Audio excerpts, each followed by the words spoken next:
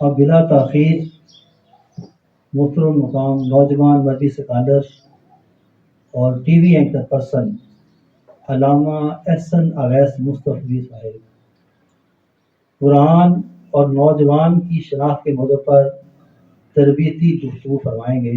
محترم علامہ احسن اویس مصطفی صاحب۔ نحمده ونصلي ونسلم على سيدنا ومولانا وملجانا ومأوانا محمد النبي الأمين المكين الحنين الكريم الرؤوف الرحيم.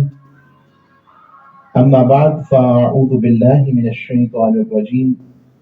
بسم الله الرحمن الرحيم. قال الله تبارك وتعالى في القرآن المجيد: قل لو شاء الله ما تلوته عليكم ولا أدراكم به فقد لبثت فيكم عمرا من قبله أفلا تعقلون. وقال الله تبارك وتعالى في مقام آخر: قل إن صلاتي ونسكي ومحياي ومماتي لله رب العالمين. صدق اللہ مولانا العظیم وصدق رسولہ النبی الامین الکریم. اللہ جل مجدہ کا احسان ہے اور تاجدار کائنات صلی اللہ علیہ وسلم کے صدقے آپ وہ لوگ ہیں جن کو حضور کی مبارکبادی پہنچی ہے. میں نے اتنا بڑا جملہ کہا آپ کے لیے اور اپنی مرضی سے نہیں کہا. تاجدار کائنات صلی اللہ علیہ وسلم نے ارشاد فرمایا، حضور نے فرمایا اجنبیوں کو مبارک ہو، پھر فرمایا اجنبیوں کو مبارک ہو، پھر حضور نے تھرڈ ٹائم اگین ہی ریپیٹ دس سینٹینس، اجنبیوں کو مبارک ہو. صحابہ نے عرض کیا رسول اللہ کون اجنبی؟ حضور اقدس صلی اللہ علیہ وسلم نے فرمایا ایک زمانہ آئے گا، ایک دور آئے گا جب میرا دین اجنبی ہو جائے گا. میرے دین پر چلنا اتنا مشکل ہوگا جیسے کوئی دہکتے ہوئے کوئلوں کو اپنے ہاتھ میں نہیں لیتا. حضور اقدس صلی اللہ علیہ وسلم نے فرمایا اس دور میں بھی کچھ لوگ میرے دین سے چمٹے رہیں گے، میرے دین سے جڑے رہیں گے، انہیں میری مبارکباد دیں. تو آج کے سینیریو میں جہاں پر ہمارے یہ پورا آرکیٹیکٹ سوسائٹی کے اندر محترم حفیظ اللہ جوید صاحب، راجہ طاہر قادری صاحب اور پھر اس کے ساتھ سعید چودھری صاحب کیسے دعوت دیتے ہیں آپ سب کو، اور آپ لوگ اس دعوت پر حاضر ہوتے ہیں. کوئی کال پر آتا ہے، کوئی مسجد میں محلے دار ہے، کوئی رشتہ دار ہے، کوئی فرینڈز لسٹ میں آتا ہے. نوجوانوں کو، بچوں کو دعوت دی جاتی ہے. اب یہ دعوت کس کے لیے ہے؟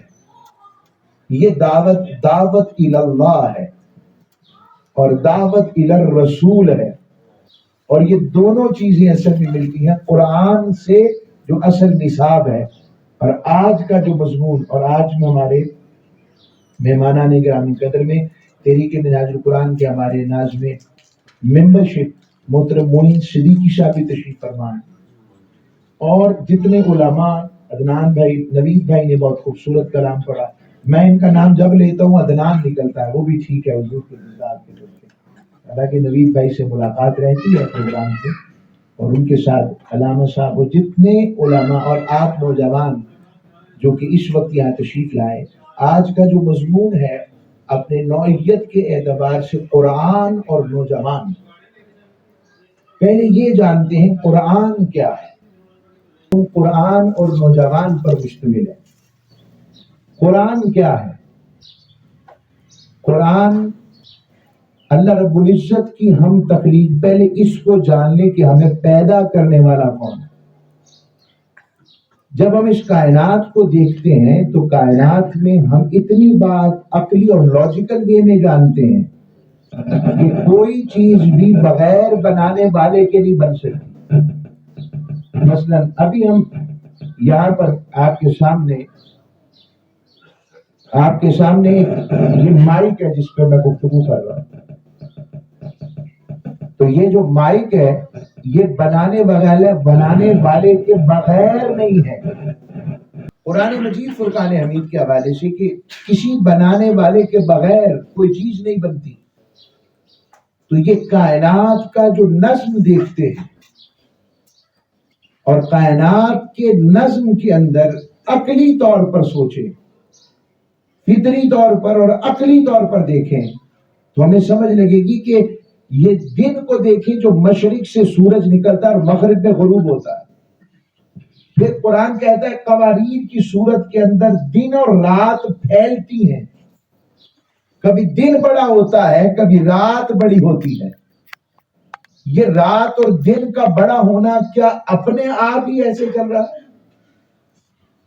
اس سے آگے چلتا ہوں. نظام شمسی سائنس کہتی ہے، نظام شمسی پر غور کریں تو ایک اس کے اندر کشش ثقل ہے، فورس آف گریوٹی کہتے ہیں. اس فورس آف گریوٹی اور کشش ثقل کے اندر یہ سارے سولر سسٹم کے اندر جتنے سیارے ہیں، ان سیاروں کے اندر آپ کو ایک فورس آف گریوٹی تو نظر آتی ہے، کوئی زنجیر، کوئی دھاگا، کوئی رسی جس نے ان سب کو ایسے باندھا ہوا ہو، اور ایک پرپورشنل سٹائل ہے، یعنی خاص نسبت و تناسب کا کشش ثقل ہے، جس کی وجہ سے سارا کائنات، سورج، چاند سب اپنے اپنے مدار میں تیر رہے ہیں. یہ ساری چیزیں پھر انسان اپنے اوپر غور کرے، انسانی تخلیق کو رب نے کس کمال پر بنایا ہے. جب انسان اس پر غور کرتا ہے تو یقینی طور پر اس کی توجہ جاتی ہے کہ کوئی ہے جس نے یہ ساری کائنات بنائی اور مجھے بنایا ہے. اب اس بنانے والے نے ہماری ہدایت کے لیے، ہم اسے اللہ کہتے ہیں، واحد لا شریک سمجھتے ہیں، اس کا کوئی شریک نہیں، وہ لم یلد ولم یولد ہے. اس رب نے جو ہمارا خالق ہے، اس نے اپنی ہدایت کے لیے اپنے نبیوں کو بھیجا جو رب کی ہدایت کا عملی پیکر ہوگا، اور عملی پیکر کے طور پر وہ دنیا کے اندر اپنی زندگی کو بطور نمونہ پیش کرنے لگے. اور اللہ رب العزت نے انبیاء کے ساتھ ایک ہدایت نامے کی، جیسے آپ کوئی پروڈکٹ استعمال کرتے ہیں تو اس کا کیٹالوگ بھی ہوتا ہے، تو اللہ رب العزت نے نبیوں کے ساتھ پورا شریعت اور نظام اخلاق، نظام زندگی کا کیٹالوگ اتارا. ان اتارے جانے والے کیٹالوگز اور کتب کے اندر جو آخری کتاب ہے، جو آخری نبی پر رب نے اتاری، وہ قرآن ہے. اور قرآن مجید فرقان حمید خود بتاتا ہے، قرآن بتاتا ہے کہ میں وہ کلام ہوں، اگر پہاڑوں پر نازل ہوتا، لو انزلنا هذا القرآن على جبل لرأيته خاشعا متصدعا من خشیۃ اللہ. یہ کلام ایسا ہے کہ اس کی سطوت و جلال سے پہاڑ ریزہ ریزہ ہو جاتے. اور اللہ رب العزت نے پھر اس کے لیے ہونا تو یہ چاہیے کہ جب پہاڑ اتنا سخت مٹیریل ہے جو کتنے ہزار فارنہائٹ پہ جا کے پگھلتا ہے، تو ہونا یہ چاہیے پھر اس سے سخت چیز بناتا نا جس پر قرآن اتارتا. رب کی کرم کی اور قدرت کی انتہا دیکھیں، اس نے اس کے لیے کائنات کا سب سے نرم ترین دل بنایا. اس نرم ترین دل کا نام تاجدار کائنات صلی اللہ علیہ وسلم کا قلب اطہر ہے، اس پر قرآن اتارا. تو یہ قرآن ہے جو 23 سالوں میں تدریجاً رب نے اپنے مصطفیٰ پر اتارا. جس طرح اللہ کریم کے حبیب کی سیرت کے حوالے سے بتایا کہ میرے محبوب کی سیرت کے لیے لَقَدْ كَانَ لَكُمْ فِي رَسُولِ اللَّهِ أُسْوَةٌ حَسَنَةٌ. وہ جو اللہ رب العزت نے چیلنج بھی دیا اور اپنا فیصلہ بھی سنایا، فرمایا تمہیں کامیابی چاہیے، تمہیں ایسی شخصیت چاہیے جو رول ماڈل ہو، جو اخلاق میں، کردار میں، تعلیم میں، علم میں، ہر حوالے سے کمپلیٹ ہو. جی مولا، لَقَدْ كَانَ لَكُمْ فِي رَسُولِ اللَّهِ أُسْوَةٌ حَسَنَةٌ. آج کا نوجوان، اب میں اس پر آتا ہوں، آج کا نوجوان جب جو آئی ٹی سے وابستہ ہے، آج کا نوجوان جو زندگی کے اندر ڈیولپمنٹس دیکھ رہا ہے، آج کا نوجوان جو چاہتا ہے کہ میں اپنے لیونگ سٹینڈرڈ کو بھی اپ کر سکوں، آج کا نوجوان جو اپنے آپ کو معاشرے اور سوسائٹی کے اندر پاپولیرٹی کے اندر بھی دیکھنا چاہتا ہے، آج کا نوجوان جو کہ اپنے آپ کو ایسا ثابت کرنا چاہتا ہے کہ وہ علم میں بھی، میدان میں بھی، ہر چیز میں کامیابی کو چھوئے، تو وہ کامیابی کو پانے کے لیے رستہ اگر تلاش کرے، رستے کی تلاش کے لیے وہ کبھی کسی کو آئیڈیل بناتا ہے، کبھی کسی کو آئیڈیل بناتا ہے، بزنس آئیکن کو دیکھتا ہے تو اس کو آئیڈیل بنا لیتا ہے، کسی ایجوکیشنسٹ کو دیکھتا ہے تو اسے آئیڈیل بناتا ہے، وہ کسی کامیاب ٹک ٹاکر کو دیکھتا ہے تو اس کو آئیڈیل بنانا شروع کر دیتا ہے، وہ کسی فیس بک سیلیبریٹی کو دیکھتا ہے، انفلوئنسر کو دیکھتا ہے تو اسے آئیڈیل بنانا شروع کر دیتا ہے، وہ کسی گانے والے کو دیکھتا ہے تو اسے آئیڈیل بنانا شروع کر دیتا ہے، کیونکہ وہ دیکھ رہا ہے اسے فیم مل رہی ہے، رسپیکٹ مل رہی ہے، وہ اس آئیڈیلسٹک سوچ کے اندر جو زندگی کی ریئلٹیز اور حقیقتیں تھیں اس کو بھولتا چلا جاتا ہے اور اپنے اصل مدار کو بھول جاتا ہے کہ میں کون ہوں، میرا مقصد دنیا کیا ہے۔ اور جب وہ اس پاپولیرٹی کو، اس فیم کو، اس پرسنالٹی کے مطابق اپنے آپ کو اس مقام پر نہیں پاتا، آج ینگسٹرز سب سے زیادہ جو ہیں ذہنی اور سائیکولوجیکل پرابلمز کا شکار ہے۔ اس کی وجہ ایک ہے کہ اصل میں جن آئیڈیلز کو وہ اپنا آئیڈیل بنا چکے ہیں، وہ آئیڈیل اپنی ذات میں بھی مکمل طور پر کریکٹرسٹک وے کے اندر بھی ہائیسٹ نوٹ پر نہیں ہے، اور اپنے مورل ویلیوز میں بھی ہائیسٹ نوٹ پر نہیں ہے۔ اس وجہ سے کامیابی نہیں ملتی انہیں، اور وہ ان کے لیے ایک صحیح رہنمائی کا ذریعہ نہیں ہوتے۔ بہت سے لوگ، میں بھی اس کی بتاتا ہوں، بہت سے لوگ، ہو سکتا ہے میں ایک مثال دیتا ہوں، میں یہاں پر لیکچر دے رہا ہوں، ہو سکتا ہے لیکچر بہت اچھا ہو، مگر آپ لوگ جب میرے قریب آئیں، میرا لین دین دیکھیں، میری پرسنل ٹاک کو سنیں، میرے گھر کی ٹاک کو سنیں، میرے معاملات کو سنیں، ممکن ہے آپ لوگ میری طرف نہ ہی آتے تو سمجھتے بہتر تھے دور ہی اچھے تھے۔ میں مثال دے رہا ہوں۔ اصل میں معاملہ کیا ہے، اصل کس کی طرف چلنا ہے؟ رب نے کہا، اس لیے بتانا چاہتا ہوں، قرآن بتانا چاہتا ہے کہ نوجوان کا مقصد جانو، تو تمہیں آنا ہے تو میرے محبوب کی طرف پلٹو، تمہیں علم کی ضرورت ہے، تمہیں حلم کی ضرورت ہے، تمہیں سیرت کردار سازی کی ضرورت ہے، تمہیں تعلیم میں شوق و ذوق آگے بڑھنے کی ضرورت ہے، تمہیں لیونگ سٹینڈرڈ کو اپ کرنے کی ضرورت ہے، تمہیں دور حاضر کے تقاضوں کے مطابق اپنے آپ کو مکمل طور پر ایک پاپولر شخصیت اور پرسنالٹی اور سیلیبریٹی بنانے کی ضرورت ہے، تو تمہیں ایک ہی طریقہ بتاتا ہوں، اللہ اور اس کے رسول کی طرف آ جاؤ، زندگی کے کسی گوشے میں کام کرو، بزنس مین ہو، ایجوکیشنسٹ ہو، اسٹوڈنٹ ہو، تم ٹک ٹاکر ہو، تم فیس بک پر ہو، تم سوشل میڈیا انفلوئنسر ہو، تم جو بھی ہو، ہر میدان کے اندر تم ان مورل ویلیوز کو جو اللہ اور اس کے رسول اور قرآن نے عطا کیے ہیں، تم اس پر چلتے چلے جاؤ۔ تم جس بھی فیلڈ میں ہوگے، مگر ہو وہ حیا سوزی سے ہٹ کر، حیا سوز نہ ہو، خراب نہ ہو، وہ والگر نہ ہو، وہ بے حیائی کی تعلیم دینے والی نہ ہو۔ آپ زندگی کے کسی گوشے پر ہوں گے تو یقین جانیے کامیابی آپ کے ساتھ ہو جائے گی۔ اب میں اس پر آ کر اسلام کی بارگاہ کی طرف بھی پلٹتا ہوں، قرآن کے چند نوجوانوں کی بات کرتا ہوں۔ قرآن نے بھی چند جوانوں کی بات کی۔ ایک جوان ہے جس کا نام ابراہیم ہے۔ ابراہیم علیہ السلام نے، قرآن بتاتا ہے، اس نوجوان نے کس طرح سے توحید کے چراغ کو، رب کے پیغام کو پہنچایا، ہدایت کے پیغام کو پہنچایا۔ لاجیکل وے میں سے عرض کرتا ہوں، قرآن کہتا ہے ابراہیم علیہ السلام نے ایک دن چاند کو ستاروں کو تکا، ستاروں کو تک کر کہا یار کتنا چمکتا ہوا ہے، اور جب ستارہ ڈوب گیا ساتھ ہی فرمایا جو ڈوب جائے وہ بھی کبھی خدا ہوتا۔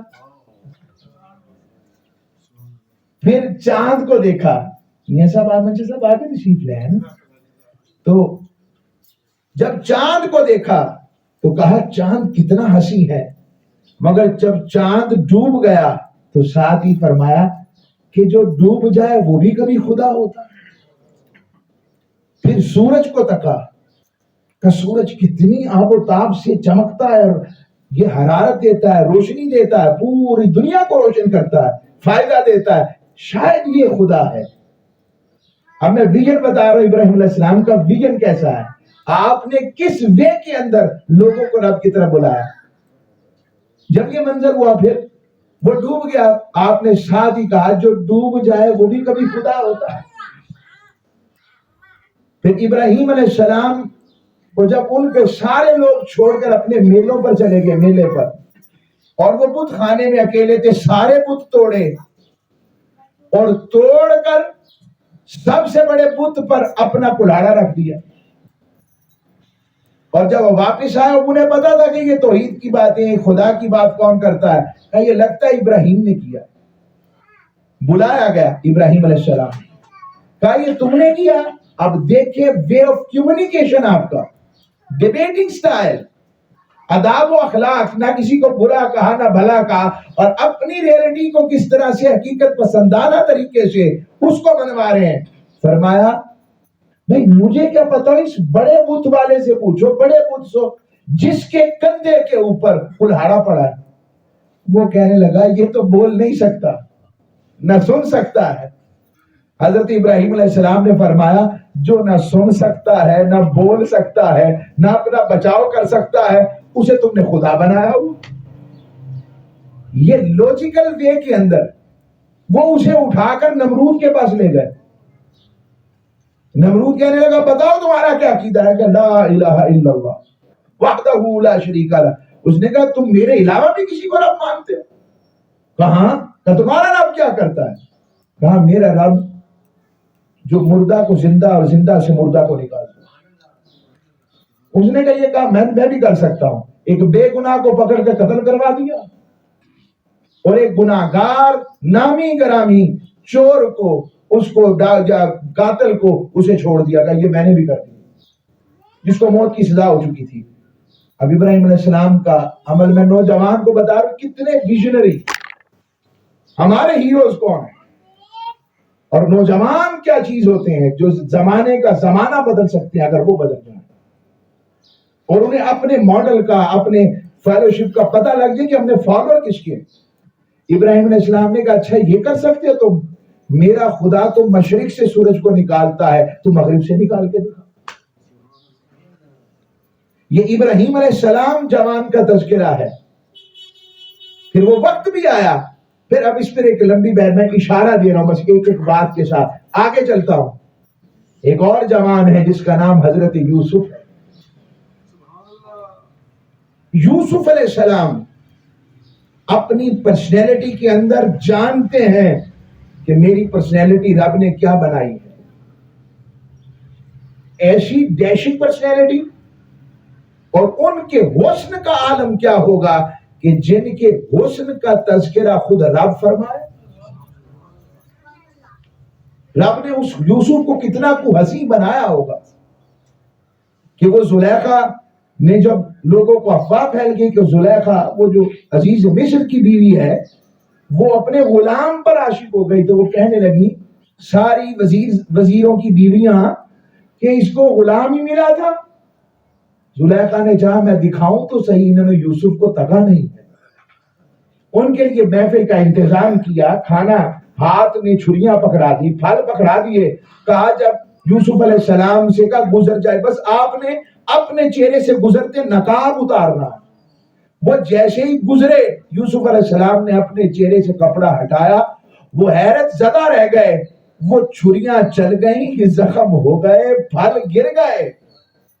اور یوسف علیہ السلام کو تکتی رہ گئی جو کہتی تھی کہ غلام پر عاشق ہو گئی، ساتھ ہی کہنے لگے ما ھذا بشر، یہ تو بشر ہی نہیں ہے، الا ملک کریم، یہ تو بڑا ہی کوئی عظمت والا فرشتہ ہے، کوئی اتنا حسین بھی ہوتا ہے۔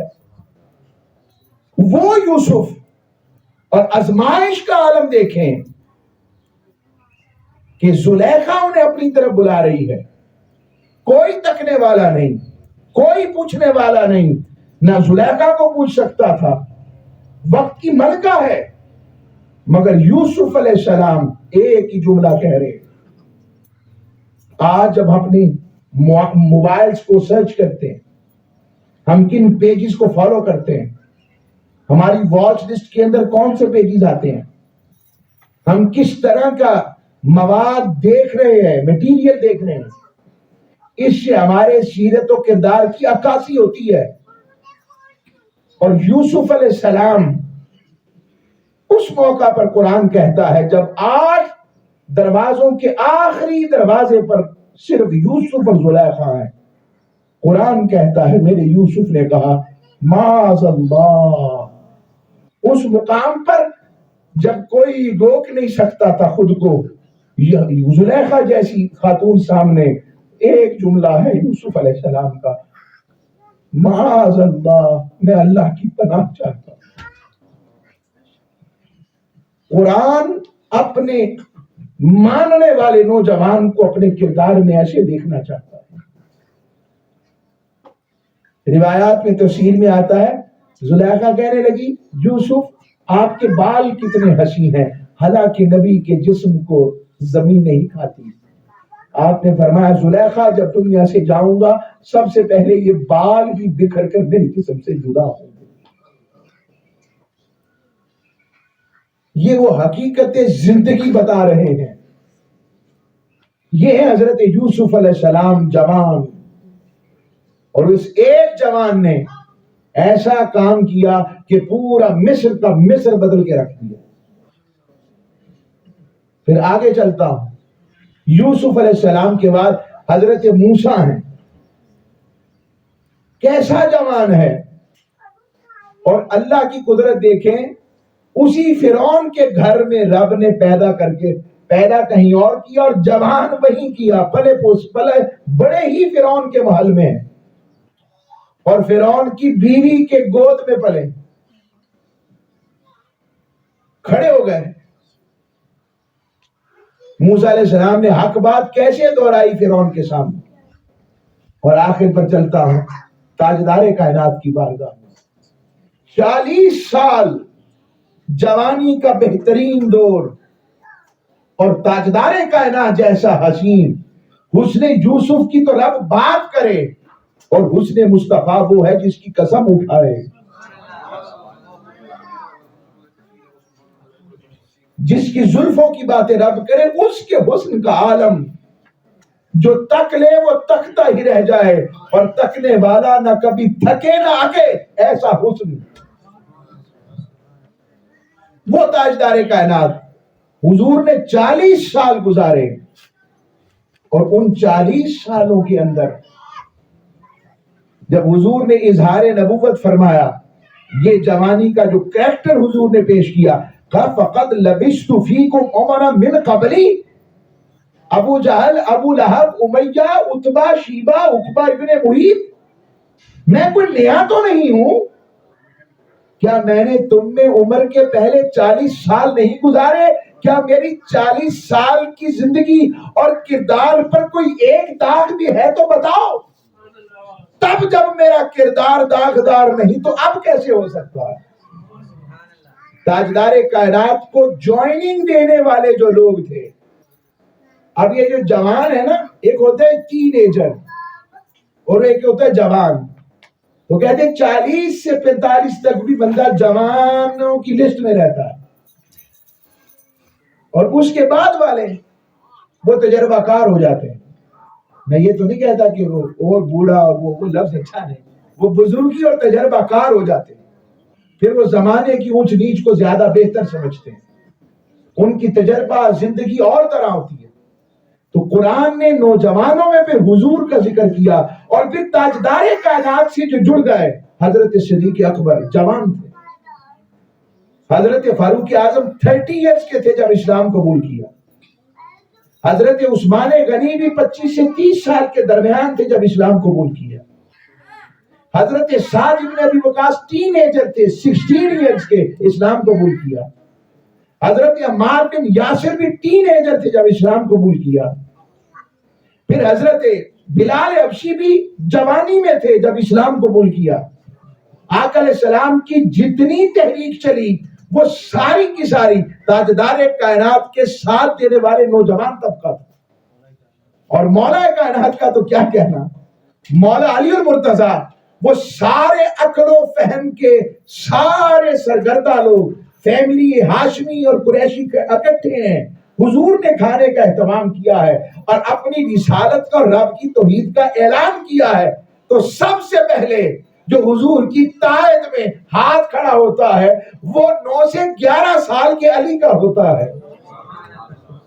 اور فرماتے ہیں حضور کوئی جانے نہ جانے علی آپ کے ساتھ ہے. یہ میں آپ کو نوجوانوں کی بات سمجھا رہا ہوں. آج صرف اگر یہی بات سمجھ لگ جائے کہ ہم ہیں کون. مجھے علامہ اقبال کا شعر بڑا پسند ہے، میں ترجمہ بھی کیا دیتا ہوں. پتہ نہیں میں نے یہاں سنایا یا نہیں سنایا، مگر مجھے بہت پسند ہے. میرا دل کرتا ہے یہ یہاں لکھا ہو، ہر جگہ لکھا ہو، جوانوں کی مجلس میں. میں اپنے ینگسٹرز میں جب اسکول، ہائی اسکول کے بچوں میں یا کالج کے بچوں میں، اکیڈمی کے بچوں میں جاتا ہوں، ایف ایس سی کے بچوں میں، اور یونیورسٹی لیول پہ بھی کبھی کبھی جو وزٹنگ لیکچرز ہوتے ہیں، تو میں یہ شعر سب سے پہلے لکھتا ہوں. آپ یہ شعر سنیں گے تو آپ پر کیفیت آ جائے. یہ وہ شعر ہے جس نے حضرت حفیظ طائب کو حضرت حفیظ طائب بنا دیا. فرماتے ہیں تیرا جوہر ہے نوری، پاک ہے تو، فروغ دیدائے افلاک ہے تو، تیرے شہد زبو افرشتہ حور، شاہین شہ لولاک ہے تو. تیرا جوہر، اے امت مسلمہ کے جوان سمجھ، تیرا جوہر کیا ہے. تیرا جوہر ایمان باللہ اور ایمان بالرسالت ہے. اور اس جوہر کے اندر تیرا شیدا اور فیدا ہونا وہ حسن مصطفیٰ اور دیدار خدا کے اندر ہے. یہ تیرا جوہر ہے کہ پاک ہے تو، فروغ دیدہ افلاک ہے تو، کہ افلاک میں بھی تیرے فروغ اور تیری ہی باتیں ہیں. اور پھر تیرے سید زبو افرشتہ حور، کہ تیرا کمزور ترین شکار، سید کہتے شکار کو، زبو کمزور، تیرا کمزور ترین شکار یہ فرشتے اور حوریں ہیں. یعنی ان تک پہنچنا تو کمزور ترین انعام ہے تیرا. یہ شکار ہے کمزور تیرا. کیوں؟ شاہین شہ لولاک ہے تو کسی اور کا نہیں، تو مکین گنبد خضرا کا شاہین ہے. تیری پرواز شاہین مصطفیٰ کیا ہونی چاہیے. یہ شعر مجھے بڑا پسند ہے. اور پھر اقبال کہتے ہیں، مجھے اب اس طرف چل پڑا تو اقبال رحمۃ اللہ علیہ سے پوچھا پھر کیا ہوتا ہے. اقبال کیا ہے کہ ایک ٹرمنالوجی استعمال ہوتی ہے خودی کی. میں اسی خودی کو عشق و معرفت قرار دیتا ہوں جو ہمیں نصیب ہو. معرفت نفس اور عشق الہی اور عشق مصطفیٰ. اقبال کہتے ہیں کہ یہ جو عشق کی کیفیت جب انسان پر طاری ہو جائے تو فرماتے ہیں بسم اللہ الرحمن، ہو اگر خود نگرو خود گرو خود گیر خودی، ہو اگر خود نگرو خود گرو خود گیر خودی، یہ بھی ممکن ہے کہ تم موت سے بھی مر نہ سکے. یہ پھر امورٹل ہو جاتا ہے انسان. یہ کیسے ہو سکتا ہے؟ اس سے اور اس کے حبیب سے تعلق والا ہو اور مخلوق کے ساتھ اخلاق و کردار میں آلہ ہو. رب مرنے نہیں دیتا. اس لیے بابا بلے شاہ صاحب کا وہ شعر ہے، بے بلیا ایسا مرنا نہیں گور پیا کوئی ہو. وہ کیفیت اور ہو جاتی ہے. میں آج بتانا چاہتا ہوں قرآن کے مطابق جو نوجوان ہو گئے صحابہ کی بات. میں ایک دو واقعے سنا کر اجازت آج کا یہ پیغام، پھر آگے میرے کو پورا مضمون ہے. پھر ہم ایک ایک کہ قرآن کے مطابق جو نوجوان ہے وہ اپنے والدین کے ساتھ کیسا ہو. وہ اپنے اخلاق میں کیسا ہوگا, وہ اپنے معاملات میں کیسا ہوگا. میں اس طرح ایک سیریز کے ساتھ اس کو مینج کرتے جائیں گے. اب یہ ساری باتیں ایک نشست میں تسلی نہیں ہوتی ہوں. قرآن کس طرح کے نوجوان کی بات کرتا ہے؟ قرآن کہتا ہے کہ جو میرے ہو جائیں, جس کی لت, میں اس کی مثال دیتا ہوں. ہم لاہور والے ہیں, زیادہ اکثر ہی ہیں لاہور والے, تو ہمیں جس کھانے کا چسکا پڑ جائے, مطلب ناشتہ چنے فلاں جگہ کے بہت اچھے ہیں, پائے بہت اچھے ہیں, اگر چسکا آ جائے تو بتائیں ہم اس پر بار بار جاتے ہیں یا چھوڑ جاتے ہیں؟ بولیے نا, ایک فطری چیز, بار بار اس جگہ پر جائیں گے. تو ہمارے اس درس عرفان قرآن کا مقصد یہ ہے کہ قرآن اور نوجوان کی صورت میں ہمیں اللہ اور اس کے رسول کی محبت اور ذکر کا چسکا چڑھ جائے, چسکا آ جائے. اور جب چسکا آ جائے گا تو ملاقات کا شوق خود بخود آ جائے گا. خدا کی قسم جو لطف اس ذکر میں ہے کہیں اور نہیں. قرآن کہتا ہے, سورہ کہف والے نوجوانوں کا پھر ذکر کرتا ہے, کہتا وہ بھی جوان ہی تھے جنہوں نے حق کہا اور میرے بھروسے پر غار میں چھپ گئے. تو 309 سال تک رب ان کی کروٹیں بدلاتا رہا. رب کہتا ہے میں نے ان کے ایسے کان کے پیچھے تھپکی دے دی. اور آقا علیہ السلام کی طرف پلٹتا ہوں, حضور کو جنہوں نے مانا وہ کیسے مانا. تاجدار کائنات صلی اللہ علیہ وسلم صلح حدیبیہ ہو رہا ہے, اور صلح حدیبیہ کے موقع پر سہیل بن عمر فائنل نیگوشیشن ٹیبل پر معاہدہ حضور سے صلح حدیبیہ کر رہے ہیں,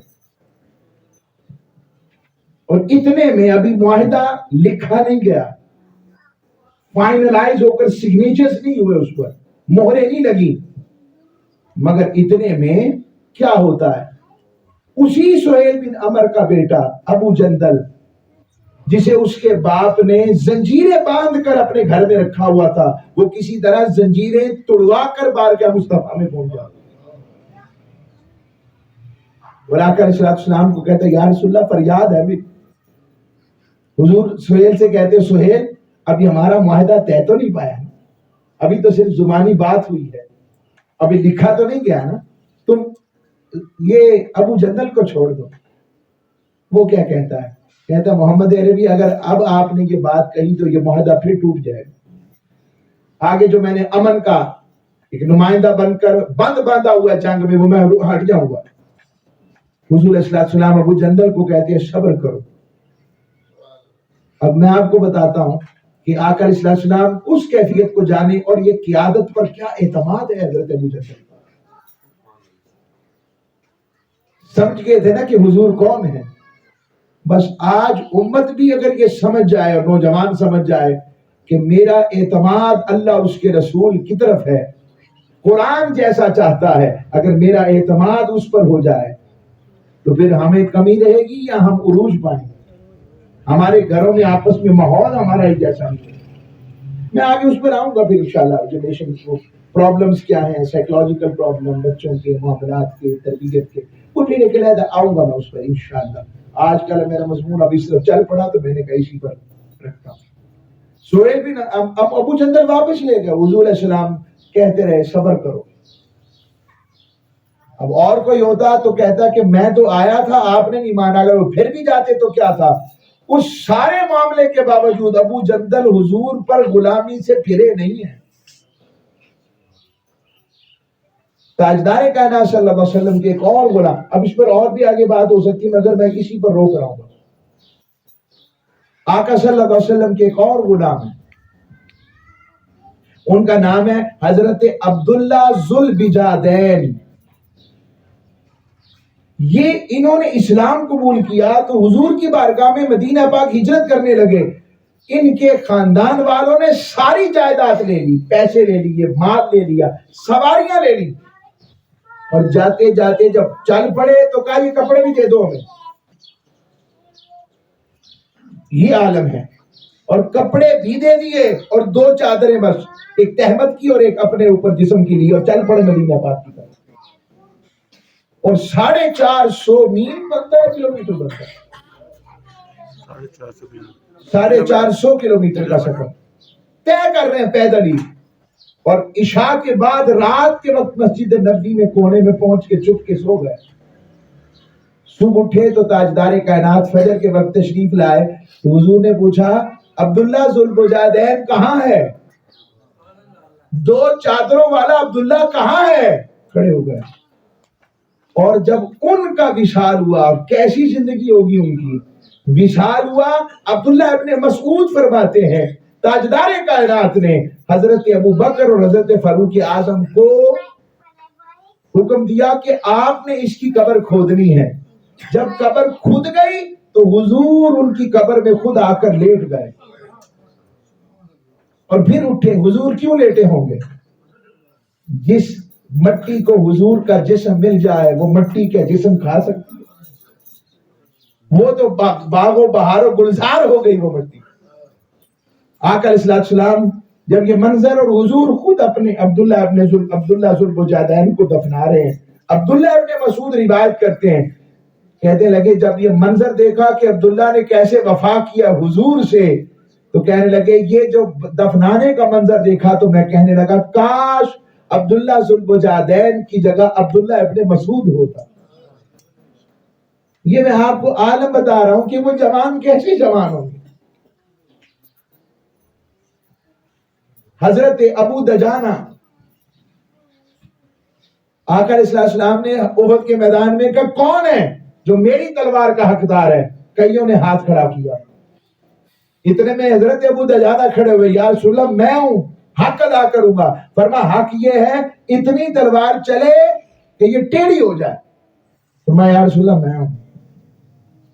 حضور نے تلوار عطا کر دی اور تلوار لے کر بڑے ہی خرامہ ناز کے ساتھ چلے. حضور علیہ السلام مسکرا پڑے، یعنی ذرا اس کو ناز و انداز کے ساتھ چلے. حضور علیہ السلام نے مسکرا کر واپس بلایا کہ ادھر آؤ. ویسے تو رب کو تکبر پسند نہیں مگر تمہاری چال مجھے پسند آئی ہے سنبھال، لیکن آئندہ خیال رکھنا. اور وہ ابو دجانہ یہ جو انسپریشن اور ذات اور کریج کا جو عالم تھا، احد میں پھر وہ وقت آیا کہ صرف 80 صحابہ تھے. افواہ پھیل گئی حضور کے شہادت کی. کئیوں نے اس لیے تلواریں چھوڑ دی کہ اب کیا لڑنا، اور کئیوں نے اس لیے تلواریں پکڑ کر جان دے دی کہ اب کیا جینا. ہم تو یوں ہی دیکھتے ہیں، ہم تو ادب کے پہلو والے لوگ ہیں. تو عرض کر رہا ہوں جب یہ معاملہ ہوا سبحان اللہ، حضرت ابو دجانہ آقا کے سامنے یوں کھڑے ہو گئے، چہرہ اپنا حضور کی طرف کر لیا اور پشت کفار کی طرف تھی. تیر پر تیر آتا، حضور کو تکتے جاتے، تیر اور بھالے کھاتے جاتے. 70 زخم تھے حضرت ابو دجانہ کی پشت پر. جب بندے کو یقین ہو کہ میں کس کے ساتھ وابستہ ہوں، پھر وہ جان مال اپنی ہر چیز کو آئیڈیلسٹک سوچ کو وہ پھر میٹیریلسٹک نہیں رہنے دیتا، وہ ریالٹی کے ساتھ ان کی طرف جوڑ دیتا. اور آخر پر اسی پر چلیں. ایک میرے ذہن میں تھا کہ میں حضرت ایک اور حضور علیہ السلام کے صحابی ہیں ان کا ذکر کر کے میں اس بتاتا کہ جوان کیسے ہوتے ہیں. ان کی توبہ کا واقعہ ایسا ہے. آقا علیہ السلام کے ایک غلام ہے اور وہ آقا علیہ السلام کی بارگاہ میں حضور نے انہیں بھیجا کہ یہ آپ جو ہے نا فلاں صحابی کے گھر جائیں. اب وہ جب گئے تو ایسی جگہ پر ان کا نظر پڑ گئی جہاں نظر نہیں پڑنی چاہیے، جہاں نظر گھر میں معاملہ. اب وہ اتنا اپنے اوپر فوکس اور اتنا اپنے اوپر دھیان اور حضور کی بارگاہ کا حیا تھا، کہنے لگے کہ اس کی خبر تو حضور کو ہو جائے گی تو میں تو کسی کو منہ دکھانے کے قابل نہیں رہوں گا. حضرت ثعلبہ بن عبد الرحمن نام ہے. حضرت ثعلبہ نے خود کو جنگلوں میں لے گئے پہاڑوں کی طرف. میں آپ سے پوچھتا ہوں ہم اپنی زندگیوں میں کتنا اللہ رسول کے تابع ہیں؟ اگر امت اپنے رب کے اور حبیب کے تابع مکمل طور پر ہو جو قرآن چاہتا ہے تو کیا ہم نیو ایئر نائٹس کے اندر یہ عمل کریں جو ہم کرتے ہیں؟ میں نے اپنی مسجد میں ایک جگہ پوچھا، بلکہ میں وہ ایک ایسا معاملہ ہوا کہ وہاں پر سارے بچے اور لوگ، مکس گیدرنگ تھی، درس تھا. میں نے کہا جی وہ بتائیں کہ آج کل پچھلے دنوں بسنت ہوئی ہے، کتنے کا گڈا اور وہ ڈور اور پنا بکا ہے؟ کہنے لگے جی 15,000 سے لے کر 42,000 تک کا پنا بکا ہے. ایسے ہی ہے جی؟ خبر تو ملی ہے نا، چلے آپ شامل نہیں ہوں گے، میں یقین رکھتا ہوں، میں کسی کو میں اچھے گمان رکھتا ہوں، مگر یہ خبر تو ملی ہے نا آپ کو. مجھے سچ بتائیں کہ ابھی یہاں پر ہماری مسجد ہے، یہاں ہم ہیں، اگر ہم کہیں کہ ہمیں ضرورت ہے دین کے لیے تو سچ بتائیں کہ اگر ہم 1,000 2,000 بھی دیں تو ہماری کیفیت کیا ہوگی؟